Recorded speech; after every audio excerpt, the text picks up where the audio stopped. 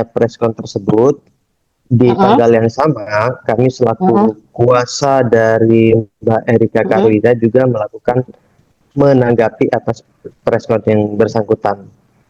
Tanggapan kami menyambut baik atas adanya permintaan maaf yang terbuka dan juga adanya bentuk pengakuan atas kehilapan yang bersangkutan. heeh, Jadi, kalau kita konsisten melihat serangkaian peristiwa ini dengan utuh, dan kami selaku kuasa dari pelapor tetap konsisten dalam halnya, kalau toh memang ada jalur RJ, yang ingin kita lihat itu sejauh mana yang bersangkutan meminta maaf untuk memulihkan heeh, hak-hak klien kami yang sudah dibully dan seterusnya.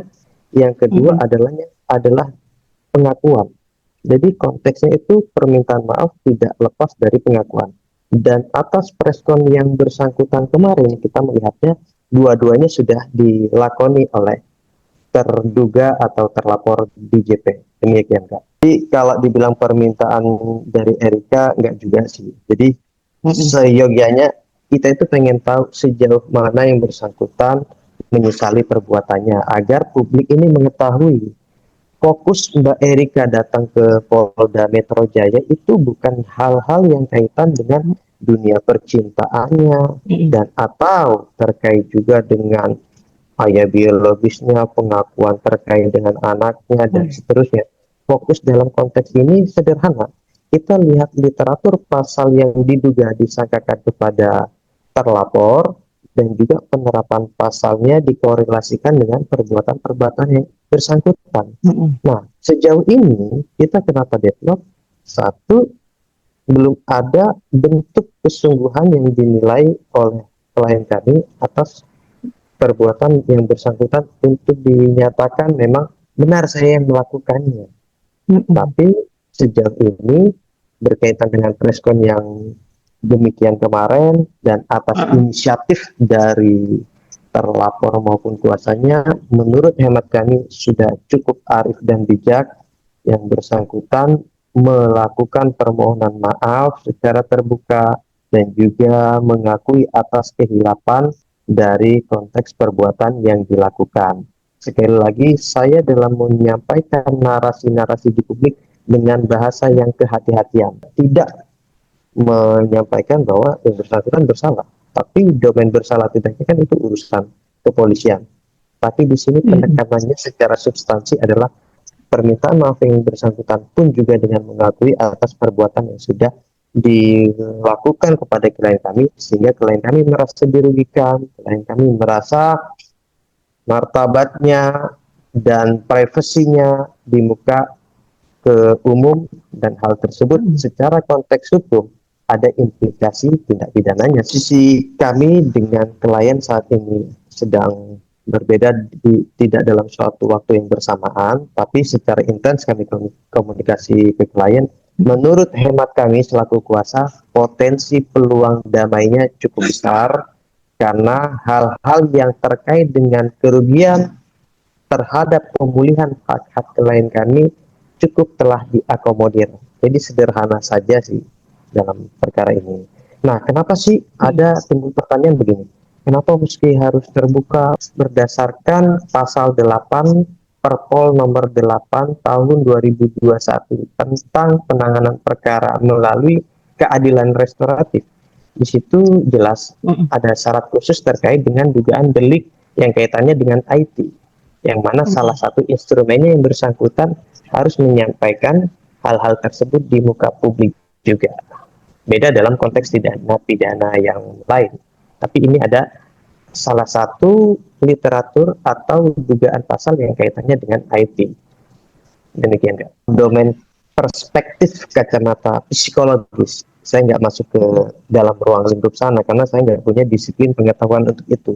Tapi saya secara pribadi selaku kuasa sudah melihatnya telah ada kesungguhan dari yang bersangkutan, mulai dari kata per kata, kalimat per kalimat, frase dan gimmick, postur dan gesturnya kita melihatnya telah ada kesungguhan dari yang bersangkutan untuk meminta maaf kepada klien kami pun juga dengan mengakui atas perbuatan-perbuatan sebagaimana yang disampaikan telah ada penyebaran data pribadi milik klien kami sehingga diketahui oleh umum.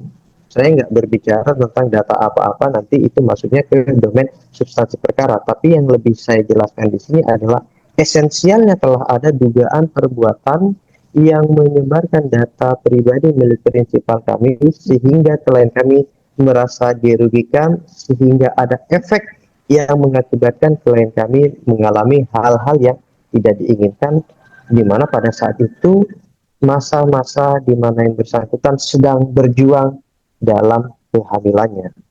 Ya, dari potensi kerugian-kerugian para pihak itu subjektif lah. Banyak orang bisa mendalilkan bahwasanya saya dirugikan atau klien kami dirugikan.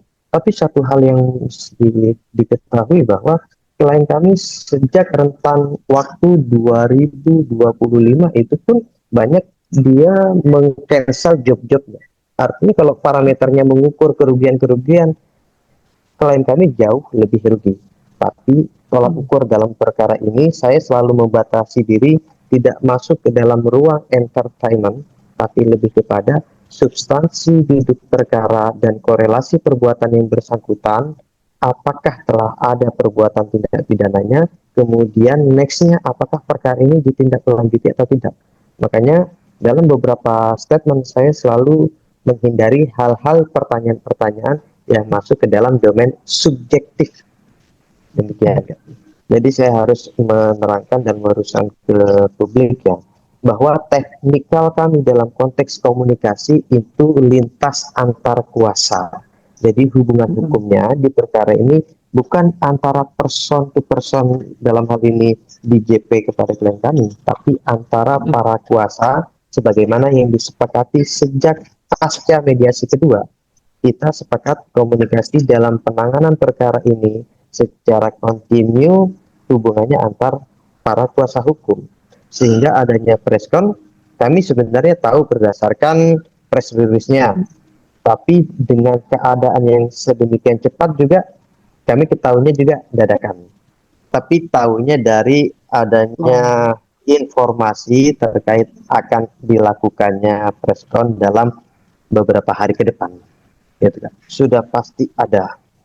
Tapi tekniknya, apakah menyambut atas adanya preskon tersebut dilaksanakannya dengan melalui tindakan atau statement, kita lihat saja dalam beberapa waktu ke depan. Tapi lebih kepada adanya preskon yang dilakukan oleh DJ Panda terkait dengan esensi yang disampaikan, menurut hemat kami potensi peluang perdamaiannya besar, potensi untuk dilakukan pencabutan perkaranya sudah cukup ada peluang yang besar menurut hemat saya selaku kuasa. Tapi nanti bagaimana Mbak Erika kita lihat aja. Oke, makanya kan saya selalu menyampaikan pada saat statement kemarin, konteks pemulihan hak-hak korban dalam hal menjadi korban dugaan tindak pidana itu kan sangat subjektif dan esensial sekali. Bisa saja adil menurut kita, belum tentu adil menurut korban. Tapi dengan adanya hal yang demikian, menurut hemat kami, mungkin telah terakomodir hak-hak dari klien kami yang merasa dirugikan dengan dipulihkan martabatnya atas bentuk permohonan maaf dan pengakuan yang bersangkutan dalam hal melakukan dugaan tindak pidana yang kami laporkan di Polda Metro Jaya.